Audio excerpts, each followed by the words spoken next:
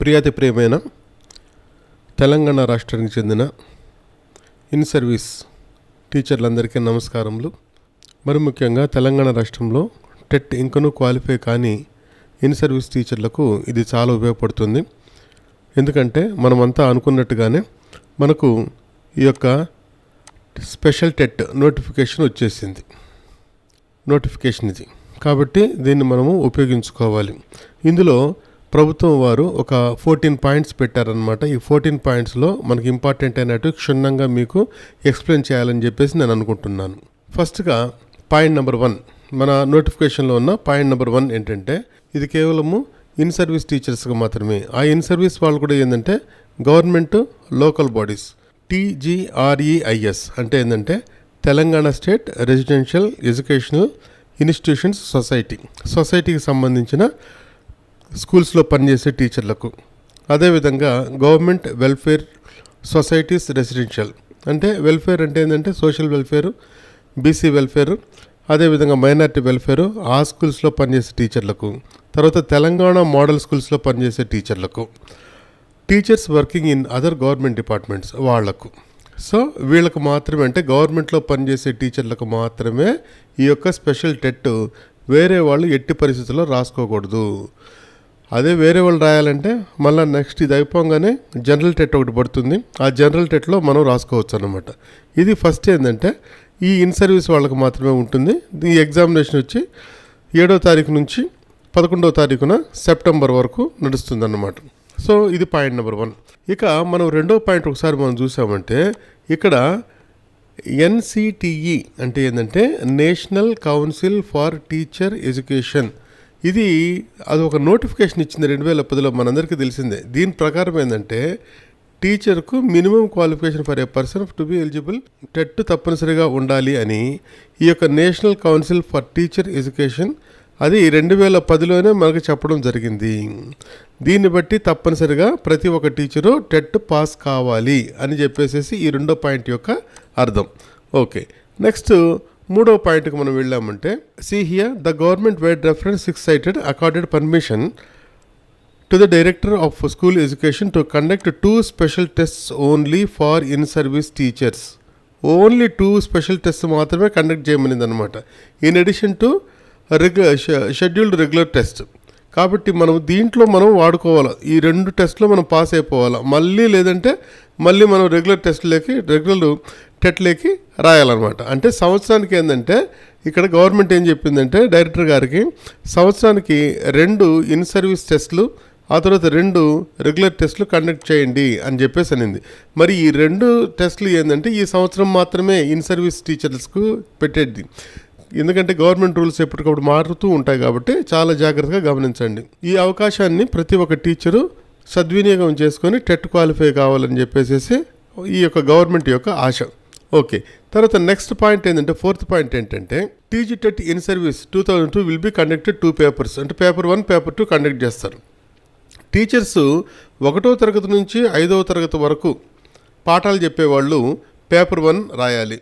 6వ తరగతి నుంచి 8వ తరగతి వరకు పాఠాలు చెప్పేటోళ్ళు పేపర్ 2 రాయాలి. అయితే ఇక్కడ ఏంటంటే ఇక్కడ ఒక చిన్న లిటికేషన్ పెట్టాడు చూడండి.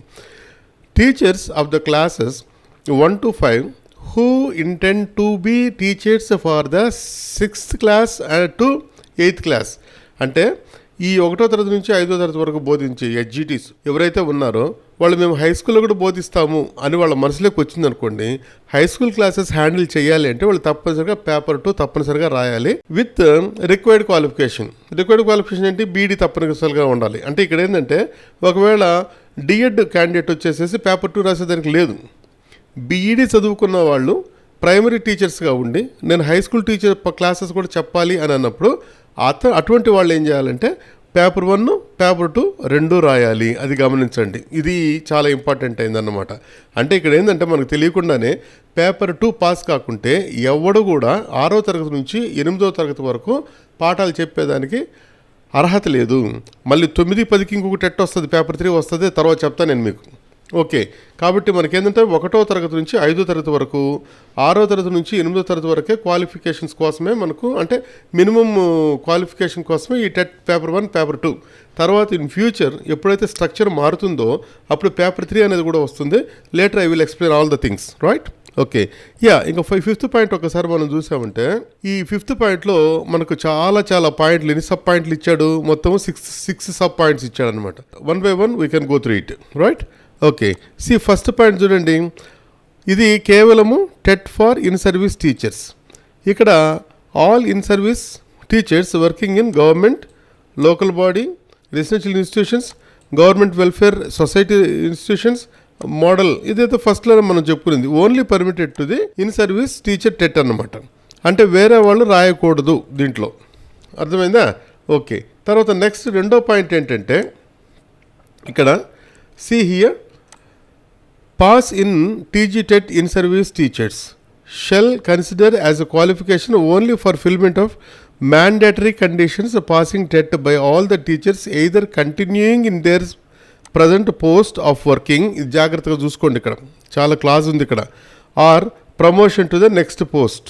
Okay, as per the supreme court orders ప్రకారము ప్రతి టీచరు తప్పనిసరిగా టెట్ పాస్ కావాల్సిందే, that is mandatory. 3rd point చూడండి, pass in TG TET in service teachers cannot be used for appearing any direct recruitment in future. ఇప్పుడు ఎవరైనా young teachers ఉంటారు, ఆ young teachers ఇక్కడ స్పెషల్ టెట్ అంటే in సర్వీస్లో special TET ఒకటి pass అయిపోయినారు అనుకోండి, రేపు ఎప్పుడైనా స్కూల్ అసిస్టెంట్గా పోవాలి అబ్బాయి, అతను పోయినప్పుడు ఈ యొక్క టెట్ను అక్కడ ఎలిజిబిలిటీగా చూపించకూడదు. అటువంటి వాళ్ళు ఎవరన్నా ఉంటే తప్పనిసరిగా టెట్ పాస్ కావాల్సిందే. ఇన్ సర్వీస్లో పాస్ అయిన టెట్ క్వాలిఫికేషన్ వచ్చేసేసి కేవలము continuing of the service and at the same time for getting the promotion only. ఒకవేళ అతను వెళ్ళాలనుకోండి, వెళ్ళినప్పుడు మాత్రం తప్పనిసరిగా అతను జనరల్ టెట్ మాత్రమే తీసుకుపోవాలి. Okay, next 2nd grade teachers and LFL-HMs working in government local bodies qualifying permitted for paper 1. ఓకే, ఇది తెలిసిందే. సో LFL-HMs, ఆ తర్వాత 2nd grade టీచర్స్ పేపర్ 1 రాయాలి, మిగిలిన వాళ్ళంతా పేపర్ 2 రాయాలి. అది ఇదివరకే నేను గత వీడియోలో నేను మీకు చెప్పడం జరిగింది. నెక్స్ట్ 6th పాయింట్ ఒకసారి చూడండి మీరు, డేట్ అండ్ టైమింగ్స్. ఇది మనకు తెలిసిందే, ఎప్పుడు ఉంటుంది అంటే ఎగ్జామినేషన్ డేట్ ఆఫ్ ఎగ్జామినేషన్ 7/9/2026 నుంచి 11/9/2026 వరకు, ఉదయం 9 గంటల నుంచి 11 గంటల వరకు 2.5 గంట, ఆ తర్వాత ఆఫ్టర్నూన్ సెషన్స్ కూడా ఉంటాయి, అది 2 గంటల నుంచి 4:30 వరకు. ఇది మీకు తెలిసిందే, దీనిపైన మనం ఏం డిస్కస్ చేయాల్సిన పని ఏం లేదు, మీ అందరికీ అర్థమయ్యేది అన్నమాట. కాబట్టి మనకు కేవలం 45 రోజులు మాత్రమే ఉన్నాయి. జాగ్రత్తగా స్టార్ట్ చేసుకోండి ప్రిపరేషన్. ఓకే, నెక్స్ట్ ఒక్కసారి మనము ఇంకొక దగ్గరికి ఇక్కడికి వెళ్ళామంటే ఎగ్జామ్ ఫీజులో ఓసీ సామాజిక వర్గానికి చెందిన టీచర్లు కానీ, బీసీ సామాజిక వర్గానికి చెందిన టీచర్లు కానీ ఒక పేపర్కు 750 రూపాయలు, 2 పేపర్లు రాయాలంటే 1000 రూపాయలు కట్టవలను.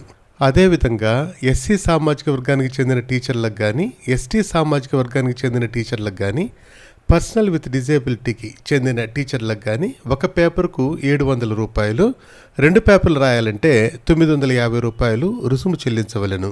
ఇక్కడ చూడండి, ఒక వెబ్సైట్ ఒకటి ఇచ్చారు, అది వచ్చేసేసి మనకు school.edu.telangana.gov.in. దీంట్లో మీకు ఆ యొక్క ఆన్లైన్ పేమెంట్ మీరు చేసుకోవచ్చు అన్నమాట.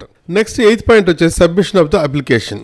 ఈ సబ్మిషన్ ఆఫ్ ద అప్లికేషన్లో ఏంటంటే ఆన్లైన్ మీరు ఇన్ఫర్మేషన్ బులెటిన్ అదే సైట్లోకి వెళ్ళి ఇన్ఫర్మేషన్ బులెటిన్ ఒక దాన్ని మీరు డౌన్లోడ్ చేసుకున్నారంటే క్యాండిడేట్స్కు అసలు పూర్తి ఇన్ఫర్మేషన్ వస్తుందన్నమాట, ఏ విధంగా మనము అప్లై చేయాలి, ఆ తర్వాత ఎక్కడ సబ్మిట్ చేయాలి అని చెప్పేసి. సో ఈ ఇన్ఫర్మేషన్ బులెటిన్ జాగ్రత్తగా మీరు డౌన్లోడ్ చేసుకోండి. అది 22/7/2026 నుంచి స్టార్ట్ అవుతుంది అనమాట. Candidates can submit their online applications from 22nd of July okay నుంచి మనకు జూలై 29వ తేదీ వరకు మనం సబ్మిట్ చేసుకోవచ్చు. ఇక సెంటర్స్ వరకు వచ్చామంటే ఈ సెంటర్స్ దాని గురించి పెద్ద పట్టించుకోవాల్సిన పని లేదు, అది మనకు డిస్ట్రిక్ట్ హెడ్ క్వార్టర్స్లో ఉంటాయి. అయితే ఈ సెంటర్స్ అలాట్మెంటు మొత్తం అదంతా ఏంటంటే కన్వీనర్ చేతిలోనే ఉంటుంది, ఆ వారి యొక్క డిస్క్రిప్షన్ బట్టే ఉంటుంది. ఇంకా ఎలిజిబిలిటీ క్రైటీరియా వచ్చేసేసి మనకు వచ్చి మీకు ఇన్ఫర్మేషన్ బులెటిన్లో అన్నీ రాయడం జరిగింది, అదొకసారి చూసుకోండి, రైట్? ఓకే, తర్వాత నెక్స్ట్ ఏంటంటే 11వ పాయింట్, ఇక స్ట్రక్చరు, కాంటెంటు ఇవంతా మనకు పెద్ద ఇదేం లేదు. మీకు అంత సిలబస్ తెలిసిందే, చెప్పాను కూడా నేను. స్ట్రక్చర్ ఏ విధంగా ఉంటుంది, కాంటెంట్ ఏ విధంగా ఉంటుంది, syllabus initial and final key ఇదంతా ఏ విధంగా ఉంటుందో మనందరికీ తెలిసిందే. దీనిపైన మనకు టైం వేస్ట్ చేసుకోవాల్సిన పని లేదు. ఆ తర్వాత వచ్చేసేసి మనకు ఇది ఇంపార్టెంట్, అది ఇదివరకే నేను గత వీడియోలోనే నేను పెట్టాను. ఎవరెవరికి ఎన్ని మార్కులు రావాలి, ఎవరెవరికి ఎంతెంత పర్సంటేజ్ రావాలి అని చెప్పేసి నేను పెట్టడం జరిగింది. Right, okay. Then next validity మనం తీసుకున్నామంటే అది మనం ఒక్కసారి పాస్ అయినాం అనుకోండి ఇన్ సర్వీస్లో, అది ఎంతకాలం ఉంటుంది అని వ్యాలిడిటీ అనమాట. ఈ సర్టిఫికెట్ ఏంటంటే వాళ్ళు ఏమంటారంటే the validity would remain valid life for continuing in present of the working post for promotion next post. అంటే ఏంటంటే రూల్స్ మారనంత వరకు ఇది లైఫ్ లాంగ్ మనకు ఉపయోగపడుతుంది అని చెప్పేసి అంటున్నారు అనమాట ఈ యొక్క 13వ పాయింట్లో. ఆ తర్వాత నెక్స్ట్ ఏంటంటే ఇంపార్టెంట్ ఏమున్నాయంటే ఈ డేట్స్ కొంచెం జాగ్రత్తగా గుర్తుపెట్టుకుంటే మనకు మంచిదన్నమాట. డేట్ ఆఫ్ నోటిఫికేషన్ ఈరోజు వచ్చేసింది. ఆ తర్వాత వచ్చేసేసి ఇన్ఫర్మేషన్ బులెటిన్ కూడా రేపటి నుంచి డౌన్లోడ్ చేసుకోండి, అంటే 22వ తారీఖు నుంచి. పేమెంట్ వచ్చేసి 29 వరకు ఉంటుంది. ఆన్లైన్ అప్లికేషన్ సబ్మిట్ చేయడం కూడా 29 వరకు ఉంటుంది. తర్వాత help desk service all working డేస్లో మీకు హెల్ప్ డెస్క్ పనిచేస్తూనే ఉంటుంది. ఆ తర్వాత హాల్ టికెట్స్ మనకు 31వ తారీఖు డౌన్లోడ్ అవుతాయి, 31/8. తర్వాత డేట్ ఆఫ్ ఎగ్జామినేషన్ 7/9 నుంచి స్టార్ట్ అవుతుంది. టైమింగ్స్ ఆఫ్ ఎగ్జామినేషన్ మనం ఇంతవరకు చెప్పుకున్నాము. తర్వాత డిక్లేర్ ఆఫ్ రిజల్ట్స్, ఇది మనకి ఇంపార్టెంట్. 28/9/2026 నుంచి 30/9/2026 వరకు ఈ మధ్యలో మనకు ఈ యొక్క రిజల్ట్స్ వచ్చేస్తాయి అన్నమాట. కాబట్టి జాగ్రత్తగా చదువుకోండి, ఈ రోజు నుంచే స్టార్ట్ చేయండి. ఎట్టి పరిస్థితుల్లోనే మీరు ఆగకూడదు. ఇది మన డైరెక్టర్ గారు డాక్టర్ నవీన్ నికోలస్ IAS గారు ఇవ్వడం జరిగిందనమాట. ఇక మీరు ప్రిపేర్ కావడమే తరువాయి. Okay, thank you very much.